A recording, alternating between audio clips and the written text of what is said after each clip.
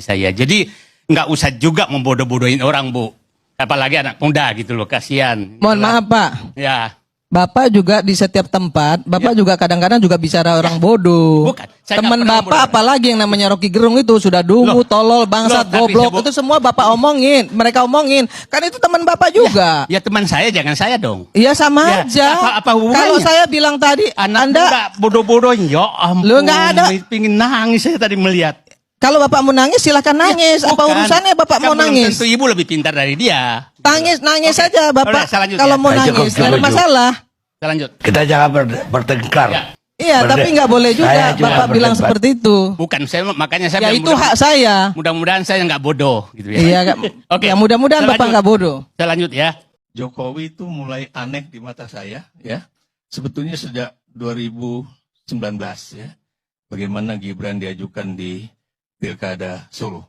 Saya termasuk orang yang terlambat sadar ya. Kalau EF itu ngeledekin saya masih kelar baru tahun kemarin itu kan sadarnya kan. Saya bilang kayaknya lu bener deh. Gue salah gitu kan selama ini gitu kan. Tapi sebentar, Prof. Apa? Kenapa Profesor Anda kan profesor nih. Iya. Kok dari 2019 baru sekarang sadarnya? Oh, Anda begini. kan profesor. Oh, Harusnya iya. enggak. Iya, semua. Saya melihat justru setelah PDI dan Jokowi tidak mesra, Anda baru keluar dari situ. Oh, jadi Nggak bisa begini. juga. Saya Saya melihat juga mencatat itu. Oh, iya. Jadi nggak Begini. bisa juga begitu bicaranya. bahwa persoalan Jokowi dengan Mega itu memang persoalan periode ketiga, ya, yang tidak ingin diberikan oleh Megawati. Kenapa? Karena itu bertentangan dengan konstitusi, ya. Jadi itu memang benar dilakukan, ya. Kalau dikatakan tadi loh, kok Puan kok ngasih? Puan juga merasa akan ada sandera. Salah, Prof. Apa? Puan bukan ngasih. Puan mengatakan ke publik bahwa Pak Betul, Jokowi tidak pernah ada. minta 3 periode. Betul. Mana ada presiden Indonesia yang pulangnya diantar rame-rame, digotong-gotong juga nggak ada. Gitu ya. Semuanya juga kalau udah selesai ya selesai. Gitu. Iya, goodbye. Dan ini yang namanya madu, ya lebah. Ya kalau di mana ada madu di situ ada lebah. Di mana ada gula di situ ada semut. Pada saat dia berkuasa ya dia dilulukan.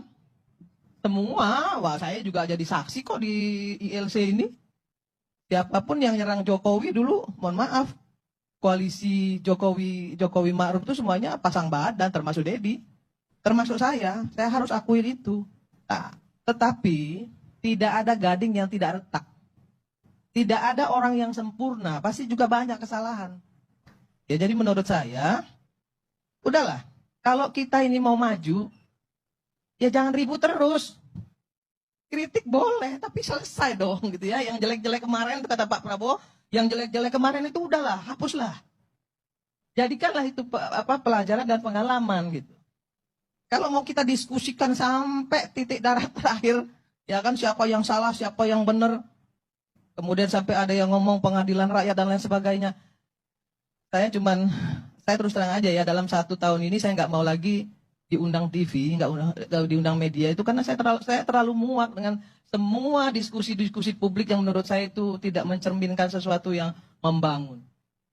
Semua saling menyalahkan, semua saling membuli, semua saling memfitnah, mengolok-olok satu sama lain. Itu bukan jati diri bangsa Indonesia. Saya tidak mau membenci orang, karena ini adalah masalah dunia. Kalau masalah akhirat, baru kita perjuangkan mati-matian. Kalau masalah dunia, ngapain saya bertengkar sama Dedi atau bertengkar sama Pak Ikra? Bagi saya nggak penting banget, saya harus keluarkan urat leher saya untuk membela seseorang. Ya kemudian tali silaturahim saya menjadi rusak karena itu. Jadi saya cuman ingin kita semua di sini hari ini berkaca pada diri kita sendiri. Apa sih yang udah kita lakukan untuk bangsa dan negara ini? Apa? Tanya pada diri kita sendiri. Kalau kita belum bisa membuat sesuatu untuk bangsa dan negara ini, saya kira juga nggak perlu juga ngata-ngatain orang. Yang berhak meminta presiden, dalam hal ini adalah wakil presiden, untuk turun ataupun dimakzulkan adalah gerakan-gerakan jalanan yang langsung dilakukan oleh rakyat yang memberikan mandat saat pemilu. Oleh karena itu, kalau kita melihat sistem yang semacam ini, secara ilmu politik misalnya, untuk meminta atau memakzulkan wakil presiden, itu tidak bisa dilakukan oleh parlemen yang selama ini tidak pernah memberikan mandat secara langsung. Tapi banyak orang yang mengatakan, kenapa Gus Dur bisa dimakzulkan? Ya, Gus Dur itu dipilih oleh MPR, yang memberikan mandat, yang kemudian mengangkat dan memilih adalah MPR. Wajar kalau kemudian ada kekisruhan-kekisruhan yang jadi, itu yang memakzulkan adalah MPR saat itu melalui proses yang cukup pelik. Cuman, sekalipun di Indonesia itu adalah sistem presidensialisme, di mana wakil presiden, khususnya dalam hal ini, itu dipilih satu paket dengan presiden, tapi ada celah secara konstitusional untuk melakukan pergantian. Itu nyata dan terbuka. Pasalnya saya kira sudah familiar semuanya. Publik, masyarakat secara umum, saya kira sangat familiar. Bagaimana seorang wakil presiden itu juga bisa dimakzulkan ataupun diganti dengan alasan-alasan konstitusional, berhalangan tetap, kemudian dianggap melakukan perbuatan tercela, dianggap melakukan korupsi, suap, dan seterusnya, dan seterusnya. Celah itu cukup terbuka dan nyata. Jadi kalau memang ada indikasi-indikasi wakil presiden, dalam hal ini adalah Mas Gibran misalnya, terindikasi seperti yang disebut dengan alasan-alasan konstitusional, celahnya itu aja.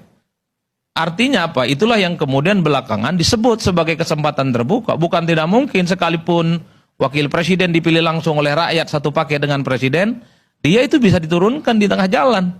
Bisa dimakzulkan dengan mekanisme. Halo teman-teman, berjumpa bersama saya di Politik Dangi.